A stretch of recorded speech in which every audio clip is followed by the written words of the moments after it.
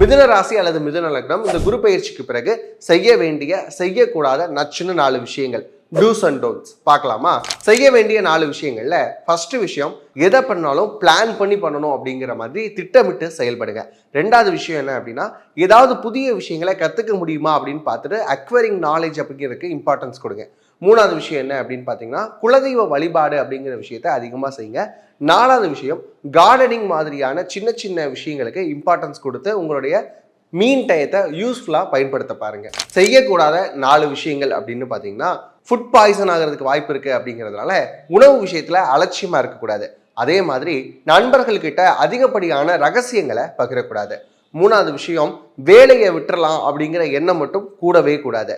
நாலாவது விஷயம் என்ன அப்படின்னு பார்த்தீங்கன்னா, எதையும் நாளைக்கு பண்ணிக்கலாம், அடுத்த நாள் பண்ணிக்கலாம் அப்படின்னு சொல்லிட்டு போஸ்ட்பான் பண்ணவே கூடாது. இந்த 4 விஷயம் செய்யவே கூடாத விஷயங்கள். இதெல்லாம் ஃபாலோ பண்ணீங்க அப்படின்னு சொன்னால் மிதுன ராசி மிதுன லக்னத்துக்கு இந்த குரு பயிற்சி ரொம்ப எக்ஸலண்ட்டாக இருக்க போகுது. இது வரைக்கும் பார்த்த எல்லாமே ஜென்ரலான ப்ரெடிக்ஷன்ஸ் தான். உங்களுடைய பர்சனல் ஹாரோஸ்கோப் எப்படி இருக்கு தெரிஞ்சுக்கணும் அப்படின்னா ஸ்க்ரீனில் தெரியக்கூடிய நம்பருக்கு டிஎம் பண்ணிடுங்க.